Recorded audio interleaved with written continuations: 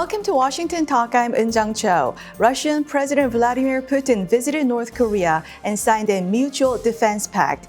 He did not rule out the possibility of providing North Korea with high-precision weapons or joint military technical cooperation.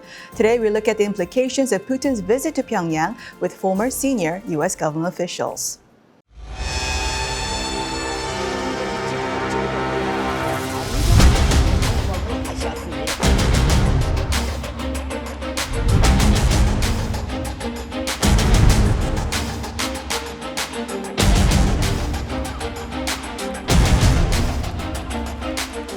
Помощи в случае агрессии против одного из участников этого документа. 우리 두 나라 사이 관계는 동맹 관계라는 새로운 높은 수준에 올라섰으며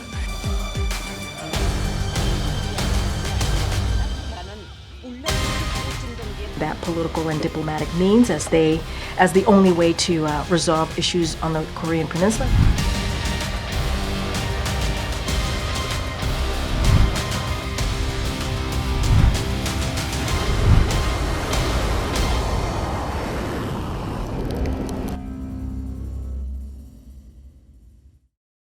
In the studio with me, Mr. Richard Lawless, founding principal of NNV Consulting. Mr. Lawless was former Deputy Undersecretary of Defense for Asian and Pacific Security Affairs and also served as Deputy Head of the U.S. delegation to the Beijing Six-Party Talks. Mr. Lawless has also spent 15 years as a clandestine services officer in the Central Intelligence Agency, where he specialized in nuclear proliferation issues. His recently published book, Hunting Nukes, addresses both South Korea and North Korea's nuclear programs. Also joining us, Mr. Christopher Johnstone, Senior Advisor and Japan Chair at the Center for Strategic and International Studies. Mr. Johnstone was the Director for East Asia at the National Security Council under President Biden. He also served as the Director for Japan and Oceanian Affairs at the NSC, Principal Director for South and Southeast Asia, as well as Director for Northeast Asia in the Office of the Secretary of Defense. Welcome to the program. Thank you. Thank you. Now, Mr. Johnstone, Putin and Kim signed comprehensive strategic partnership treaty, and which includes a mutual defense clause. What does this mean for the United States and its Asian allies, and how does it affect U.S. vision for Northeast Asia order, and what are the implications for China? Yeah, well, I think it says two things at once, really. One thing it says is it underscores really the stunning weakness of President Putin, that he has to come begging to Pyongyang for additional military support to sustain his invasion of Ukraine. On the other hand, it's also, no question, a concerning development for the United States, I think, and for our allies in East Asia. Clearly, that there will be a significant military technology component to this relationship. It's a de facto military alliance. And the United States, Japan, South Korea have to take this very seriously. Last point I make is it's also a challenge to China. It represents a challenge to China's influence and role on the Korean Peninsula. And this is something also that we should explore. Mr. Lawless, Kim Jong-un and Putin agreed to come to each other's help immediately if either side is facing armed aggression. Isn't this full-fledged military alliance? And is this in interest of Russia? Russia has been balancing between North and South Korea in the past, and wouldn't this new direction make Putin risk rupture with South Korea? In agreeing with Chris's points, this is a sign, as far as I'm concerned, of desperation on the part of Mr. Putin. The fact that he's there, first time in 20-odd years, and this is, to me, comprehensive security agreement. What does that mean? It means nothing. If the Russians are willing to fight in Korea, it would be the first time that we went head-to-head against them in combat since the Korean War. As you know, the first MiG-15 pilots that fought in the Korean War were all Russian. And so it sort of recalls that period of time where the Russians did feel compelled to fight in Korea. But I can't imagine that Putin would have the strategic willingness or capability to physically come to the aid of North Korea, particularly given the fact that they're engaged in the Ukraine and that this is a potentially for Putin a disaster. It's a disaster in the making. So I see this as propaganda. I see this as what we would call eyewash. And but again, referring to Chris's point, I think the question is, what is the Chinese perspective on this too? Is that why there were caveats in the Article 4 of the treaty when they say they're going to come to help each other immediately, but also bound by domestic laws of North Korea and Russia, and also bound by UN Charter? Absolutely. In fact, again, they keep using the word comprehensive, but they keep caveating it. And I think it's caveated actually from both sides. But most importantly, from the standpoint of this being an alliance, it is not an alliance. It is simply finding friends when you don't have any left. And so, again, there's not much to fear from this, I don't think, except for technology transfer. There's no real military threat. The Russians are not going to send pilots and airplanes to North Korea to defend North Korea. And so I really think it's a bit of a, as I say, eyewash or bogus understanding. And Mr. Johnstone, that technology transfer, Putin said that he does not exclude military technical cooperation with North Korea. Will Russia go so far as providing something that can be a game changer in North Korea's military capabilities? And wouldn't that be a mistake on Russia's part to, in the long run, lose leverage over North Korea? So I think this depends on the level of desperation that Putin feels, right? First, I want to echo what Richard said. I mean, it's clear that both sides bent over backwards to build in clauses that avoid automaticity in coming to each other's aid in the event of a conflict. And again, the agreement applies only if one of the parties is attacked, not if one of the parties initiates conflict. So in all sorts of ways in which this is hedged, caveated, questioned, I think. But look, I think you do have to assume that there is a tech transfer component to this. And again, this speaks to Putin's desperation, that he would not come all the way to Pyongyang. Kim would not roll out the carpet for him in this way if there was not some kind of commitment to provide additional technology, perhaps related to ballistic missiles, perhaps related to nuclear-powered submarines. So that's the part of this I think we have to take seriously. The irony here is that Kim has leverage over Putin. Putin needs Kim's support in his war. And I think that's what this reflects. And we have to anticipate that that's the price, that perhaps there's some additional tech transfer here. Right, so Putin needs Kim's help in its war with Ukraine. And Mr. Lawless, you said it's all eyewash, but isn't there something that Putin actually substantially needs from Kim Jong-un at this point? And why would he come all the way to Pyongyang for the first time in 24 years just to stay there for a few hours? What does he need more than just ammunitions? Should we be open to the possibility that maybe we'll see some North Korean soldiers or North Korean laborers in the Ukraine war? I really seriously doubt that. The whole relationship between Putin and China and Xi Jinping also reflects desperation. In that arrangement, China has the upper hand. Putin is desperate.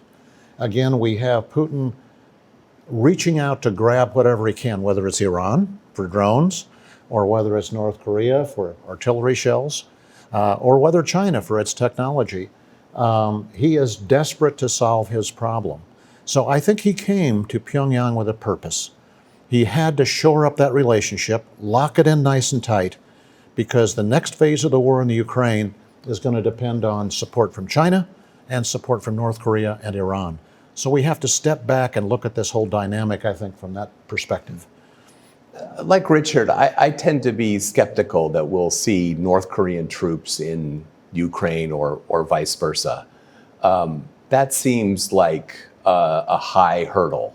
For me, I'm much more sort of concerned and focused on the tech transfer pieces of this. I'm not sure what Kim Jong-un would gain from sending soldiers to fight in Ukraine, given the language barriers, what sort of contribution could they realistically make? Similarly, just as Richard said, it's hard to imagine Russian troops, Russian forces being deployed to the peninsula. So I think the real thing to be concerned about here is the tech transfer component. Last point just to make, again, to the idea that this is not really a formal alliance. I mean, the commitments that are enshrined in Article 5 of the U.S. commitment to South Korea to Japan, to NATO.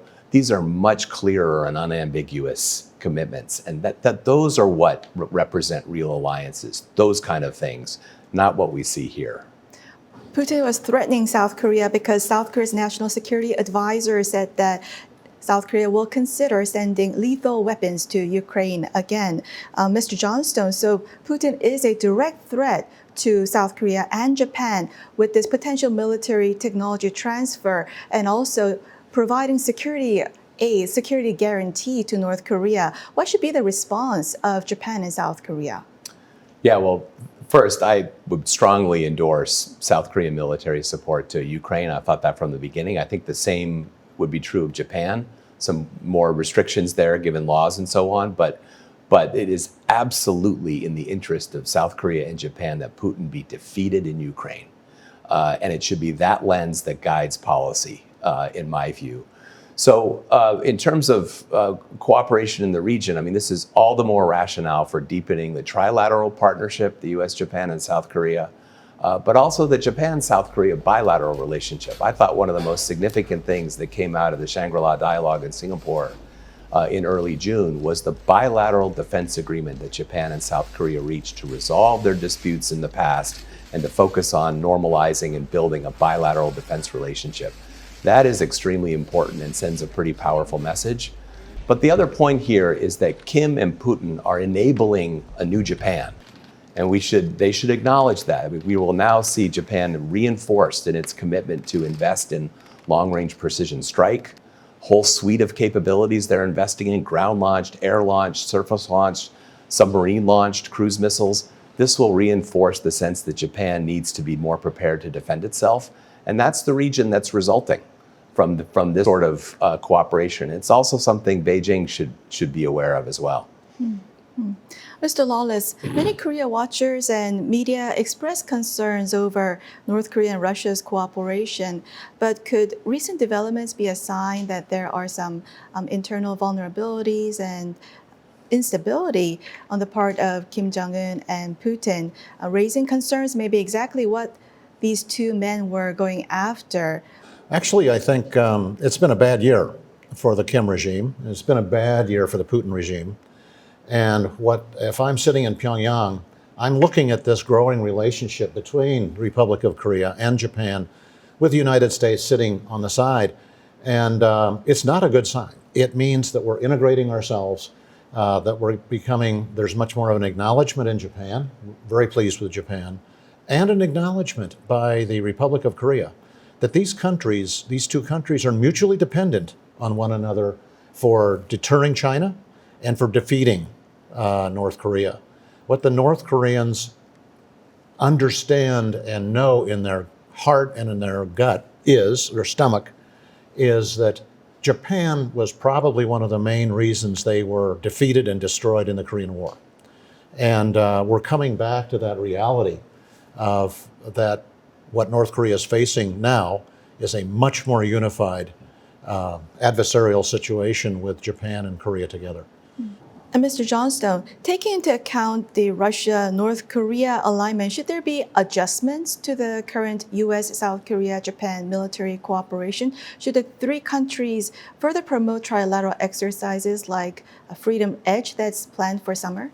Yeah, that's a welcome step forward. I've said on this program before, we now have the strategic framework in place for trilateral dialogue, consultation on security issues. Regular meetings of leaders, regular meetings of national security advisors, secretaries of state, secretaries of defense.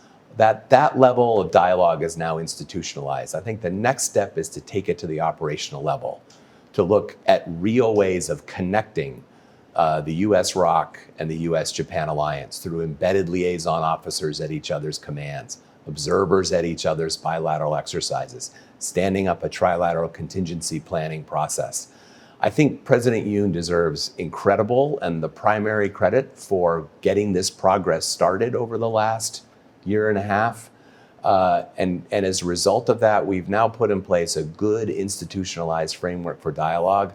It's time to take it a level down and make it even more militarily meaningful. And I think those are the kind of steps that are needed in addition to the exercises that you've mentioned. And in addition, when we talk about the military response to the Putin-Kim alignment, South Korea said that it will focus more on extended deterrence from the United States and military cooperation with the United States and Japan. Just yesterday, on the heels of Putin-Kim summit, one of the U.S. senators again said that U.S. should consider redeploying tactical nuclear weapons to South Korea. Is that something that is being seriously considered, do you think, in Washington? Any one of you? I think it certainly is an option that's always on the table. I think it's the view of this administration that they've taken steps to reinforce extended deterrence through more regular deployments of strategic aircraft, for example, through the port calls that we've seen of ballistic missile submarines to sort of make the deterrent more visible. But we should certainly keep on the table the possibility of tactical redeployments to the peninsula. Could not agree more. And I think there are various options and scenarios for doing this. And we should continue to actively discuss all these options. Because I think what's really important is we know the North Koreans are not going to stop what they're doing. There are probably going to be additional provocations, and we just need to be prepared to deter them. The last point that I would make to Chris's comment, we now need to operationalize what we've institutionalized. By that I mean joint military planning between Japan and Korea.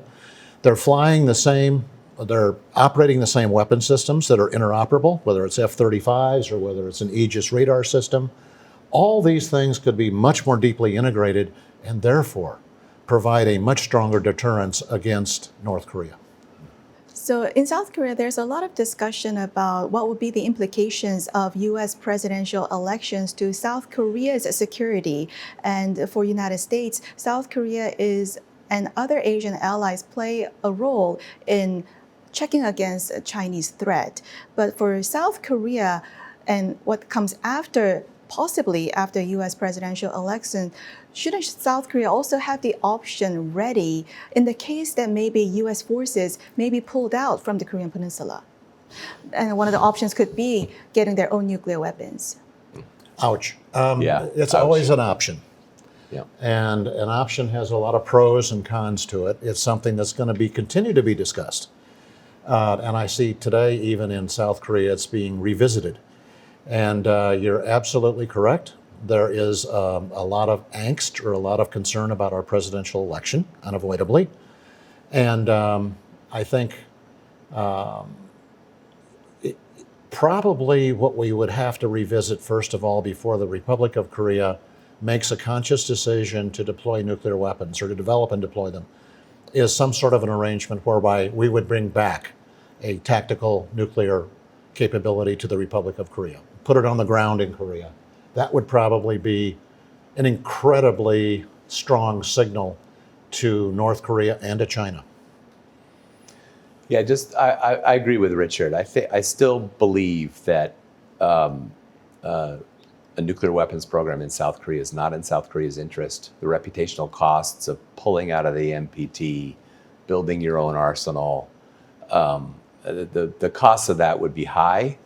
My own view is that regardless of the way politics go in the United States, the best thing that our allies can do is demonstrate that they are carrying their share of the burden. And I think on that score, both South Korea and Japan have a good story to tell.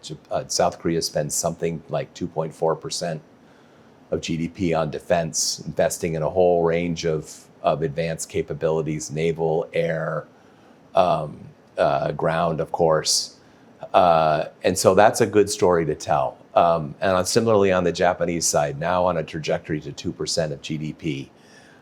So I think that's the most effective insulation, if you will, to political change here, is to focus on the allied share of the common defense. And Mr. Lawless, how long will the Russia-North Korea alignment last?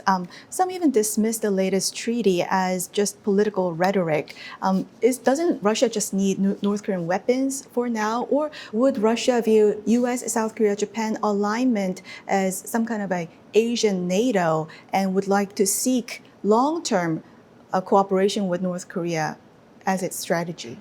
It's possible. In fact, the Russians have seen this movie before and it didn't work out really well for them in 1953. I think that Putin would be extremely reluctant to become involved, as we've discussed. But the other aspect is, as Chris is talking about the improvement in the capabilities of each Japan and the Republic of Korea, we have another party in the game here, and that's China. And if I'm China, I'm looking at this expanded cooperation and I'm saying to myself, China, I'm going to think twice about messing with the Republic of Korea and creating economic provocations or other issues. So I don't think this past year, has been good for either Putin, the Kim regime, or for Xi Jinping and the Chinese regime. Strength, basically, we signal strength to all parties involved. So I think it's been quite a positive year. And I do give President Yoon and his team a lot of credit. And speaking of China, just hours before the Putin-Kim summit, there was 2+2 of South Korea, China, foreign and defense officials meeting. Mr. Johnstone, is there a room for the US and South Korea and Japan to capitalize on China's wariness over the Putin-Kim alignment and to work with China to put the brakes on the possible military technology transfer and military cooperation and arms transfers between North Korea and Russia? Yeah, recall the time back in the days when Richard was in the Pentagon.